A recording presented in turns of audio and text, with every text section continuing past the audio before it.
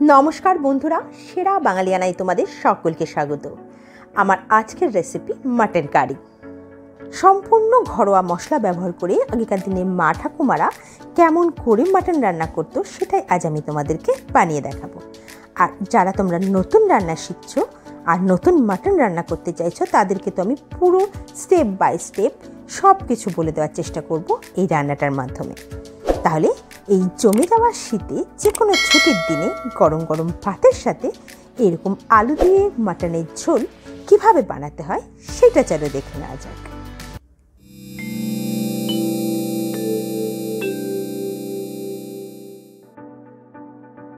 মাংস প্রিপারেশনের জন্য প্রথমে আলুটাকে এরকম অর্ধেক করে কেটে ভালো করে খোসা ছাড়িয়ে ধুয়ে নিতে হবে। একটু বড় সাইজের আলু হলে 3 টুকরো করে নেবে। তারপরে আমি 5টা মিডিয়াম সাইজের পেঁয়াজকে একদম এরম মিহি করে কুচিয়ে নিয়েছি। আমি পুরো রান্নাটা কিন্তু 1 কিলো মাংসের মেজারমেন্ট হিসেবে বলছি। এরপরে 1 কিলো মাংসকে ধুয়ে নিয়ে প্রথমে দিলাম 1 টিস্পুন নুন, তারপর দিচ্ছি 1.5 টিস্পুন গোলমরিচ পাউডার, তারপর দিচ্ছি আদা রসুন বাটা 1 টেবিল স্পুন আর টক দই দিচ্ছি 1.5 কাপ। এরপর তার সাথে 4 থেকে 5 টেবিল স্পুন মতো সর্ষের তেল দিয়ে মাংসটাকে ভালো করে মাখিয়ে আমি আধ ঘন্টার জন্য ম্যারিনেট করব। আধ ঘন্টা ম্যারিনেট করলে কি হবে, মাংসটা কিন্তু এই দই থাকার ফলে ভীষণ সফট হবে। তো মিনিমাম আধ ঘন্টা ম্যারিনেট অবশ্যই করে রেখো। এরপরে মাংসটাকে সাইডে সরিয়ে রেখে আমি একটা মশলা বানাবো। এর জন্য 1.5 টিস্পুন গোটা জিরে, 1 টিস্পুন গোটা ধনে আর 8টা শুকনো লঙ্কা নিয়ে প্রথমে মিক্সিতে শুকনো গুঁড়ো করে নিয়ে তারপরে সামান্য জল দিয়ে ঠিক এরকম একটা মিহি পেস্ট তৈরি করে নিতে হবে। তোমরা চাইলে মশলাটা শিলেও বাটতে পারো, খুব সুন্দর হবে তাতে স্বাদ। পুরোনো দিনের রান্নায় যেহেতু এরকম গোটা মশলাই গুঁড়ো করে ব্যবহার হতো, তাই সেটা ব্যবহার করলে কিন্তু পারফেক্ট স্বাদটা আসবে। এরপরে কড়াইতে আমি সর্ষের তেল দিয়ে গ্যাসের ফ্লেমকে হাই রেখে আলুগুলোকে একটু লাল লাল করে ভেজে নেব। প্রথমে আমি এর মধ্যে একটু নুন দিয়ে দিচ্ছি, 1.5 টিস্পুন মতো নুন দিলাম, হলুদ দিলাম 1/2 টিস্পুন আর কাশ্মীরি মির্চ পাউডারও দিলাম 1/2 টিস্পুন দিয়ে গ্যাসের ফ্লেমকে হাইতে রেখে 5 মিনিট মতো সময় লাগবে আলুগুলোকে একটু লাল লাল করে ভেজে নেব। ভাজতে ভাজতে দেখবে আলু ভাজার একটা স্মেলও পাবে, এই স্টেজ অবধি ভাজতে হবে। এবার আলুগুলো ভেজে তুলে নেওয়ার পরে ওই তেলের মধ্যে আমি যে পেঁয়াজটা কুচিয়ে রেখেছিলাম সেখান থেকে 1 কাপ মতো পেঁয়াজ নিয়ে পেঁয়াজের একটা বেরেস্তা বানিয়ে নেব। গ্যাসের ফ্লেমকে মিডিয়াম টু হাইতে রেখে একটু লাল লাল করে এখানে পেঁয়াজগুলোকে ভাজতে হবে। পুরো যারা নতুন রান্না করছে তাদের জন্য বলে দিচ্ছি, কোনো অসুবিধা হবে না, এইভাবেই ফলো করো, একদম পারফেক্ট মাটন তোমরাও রান্না করতে পারবে। এবার পেঁয়াজ ভাজাগুলোকেও তুলে রেখে ওই তেলের মধ্যে একটা ফোড়ন দাও। এর জন্য এরকম দারচিনি নিয়ে নিয়েছি আমি 3 টুকরো, 4টে ছোটো এলাচ আর 4টে লবঙ্গ দিলাম, তার সাথে 4টে তেজপাতা আর 4টেই দিলাম শুকনো লঙ্কা। একটু ফোড়নটা যখন ভাজা ভাজা হয়ে আসবে তখন এর মধ্যে বাকি কুচনো পেঁয়াজটা দিয়ে দাও। পেঁয়াজটা একটু নরম হওয়া অবধি ফ্রাই করতে হবে গ্যাসের ফ্লেমকে মিডিয়ামে রেখে। আমি এর মধ্যে 1 টিস্পুন চিনি দিলাম। চিনি দিলে কী হবে, কালারটা মাটন কারির খুবই সুন্দর আসবে এবং পেঁয়াজও খুব সহজেই লাল রঙটা ধরে আসবে।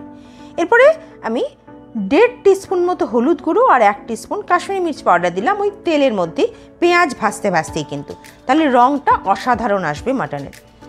3-4 মিনিট পরে এর মধ্যে আমি 2 টেবিল স্পুন ভরে ভরে আদা রসুন বাটা দিলাম। এখানে আদা আর রসুনের মেজারমেন্টটা 2:1 রেশিওতে রয়েছে, মানে যতটা আদা তার হাফ রসুন। সাবেকি মাটন রান্নায় কিন্তু আদার পরিমাণটা বেশি থাকে, রসুন আর আদার কোয়ান্টিটি হিসেবে রসুন যা দেবে তার ডবল আদা দেবে। গ্যাসের ফ্লেমকে লো টু মিডিয়ামে রেখে আদা রসুনের কাঁচা গন্ধটা যাওয়া অবধি মশলাটা কষাতে হবে। এরপরে আমি আগে থেকে যে মিক্সিতে মশলাটা করেছিলাম সেইটা দিয়ে দেবো। আদা রসুনের গন্ধটা পুরোটা কেটে যাওয়ার পরে এই মশলাটা দেওয়া হবে। এই মশলাটা দিয়েও আবার গ্যাসের ফ্লেমকে লো টু মিডিয়ামে রেখে আরও 5 থেকে 7 মিনিট কষাতে হবে। কষাতে কষাতে এর মধ্যেও মিক্সি ধোয়া জলটা দিয়েও আমি আবার কষাবো এবং এই স্টেজে দেখবে কষানোর পরে এমন একটা জায়গা তৈরি হবে পুরো মশলা থেকে বাবলস ক্রিয়েট হবে, সেই স্টেজ অবধি কিন্তু মশলাটা কষাতে হবে। দেখো আমি তোমাদের দেখিয়ে দিচ্ছি, আস্তে আস্তে মশলা থেকে এরকম তেলটা ছেড়ে আসবে আর এরম দেখো মশলার মধ্যে ছোট ছোট বাবলস তৈরি হবে। এই স্টেজ অবধি কিন্তু মশলাটা কষাতে হবে। এরপরে গ্যাসের ফ্লেমকে লোতে রেখে দিয়ে প্রথমে আমি মাংসটা ছেড়ে দেবো।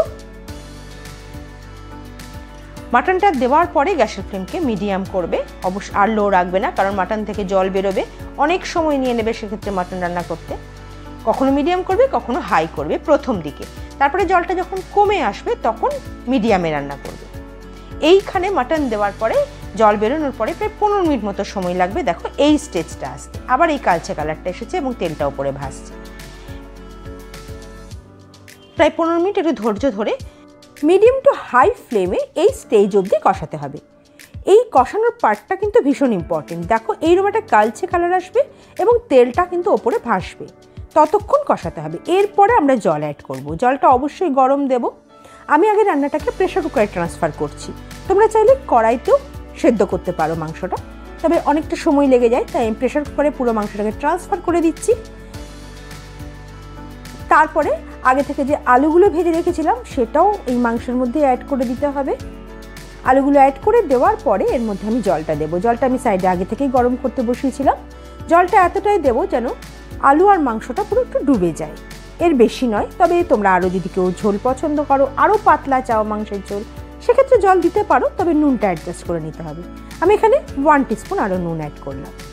এরপরে আমি 4টে হুইসেল দেবো, 2টো গ্যাসটাকে বাড়িয়ে নিয়ে আর 2টো একদম গ্যাসটা লোতে রেখে। এর ফলে কিন্তু মাংসটা খুব সুন্দর সুসেদ্ধ হয়ে যাবে। তবে একটা জিনিস খেয়াল রাখবে, যারা নতুন রান্না করছো প্রেশার কুকারে তাদের জন্য বলছি, প্রেশার কুকার কিন্তু ঠান্ডা করে অটোমেটিক্যালি যখন ঢাকনাটা খুলবে ততক্ষণ অবধি অপেক্ষা করতে হবে, তার আগে ঢাকনা খুলে দেওয়া কিন্তু যাবে না। এরপরে আমি দেখো অপেক্ষা করে দেখাচ্ছি কত সুন্দর একটা টকটকে রং এসেছে। এরপর আমি গ্যাস ওভেনটাকে আরেকবার অন করে দিলাম, আর তারপরে আগে থেকে যে পেঁয়াজটা ভেজে রেখেছিলাম সেটা দিয়ে দিচ্ছি। পেঁয়াজ ভাজা দিয়ে আমি 2 থেকে 3 মিনিট গ্যাসের ফ্লেমকে হাইতে রেখে ফুটিয়ে নিয়ে প্রেশার কুকারটাকে অফ করে দিয়ে সাইডে আমি একটা ফোড়ন রেডি করছি। এর জন্য 1 টেবিল স্পুন গাওয়া ঘি দিয়ে তার মধ্যে 1/2 টিস্পুন গোটা গরম মশলাকে আমি মিক্সিতে আগেই গুঁড়ো করে রেখেছিলাম, এলাচ লবঙ্গ দারচিনি, সেইটাকে দিয়ে দিলাম। সেইটা প্রেশার কুকারের মধ্যে ঢেলে দিলেই ব্যাস আমাদের রান্না কিন্তু কমপ্লিট। তাহলে এইভাবে মাটন রান্না করে বাড়ির সকলকে কবে খাওয়াচ্ছ আমাকে কমেন্ট করে জানাও। আর যদি রেসিপিটা ভালো লেগে থাকে তাহলে অবশ্যই একটা লাইক করো, আর বন্ধুদের সাথে কিন্তু শেয়ার করতে ভুলো না। যদি আমার চ্যানেলের নতুন বন্ধু হও তাহলে চ্যানেলটাকে সাবস্ক্রাইব করার অনুরোধ রইল। পাশে থাকা বেল আইকনটিকে প্রেস করে দিই, অবশ্যই অল নোটিফিকেশন অন করে দিই, যাতে আমি চ্যানেলের নতুন কোনো রেসিপি নিয়ে আসলে সাথে সাথে তার নোটিফিকেশন তোমাদের কাছে পৌঁছে যায়। তাহলে আজ এই পর্যন্তই। তোমরা সকলে ভালো থেকো, সুস্থ থেকো। ধন্যবাদ।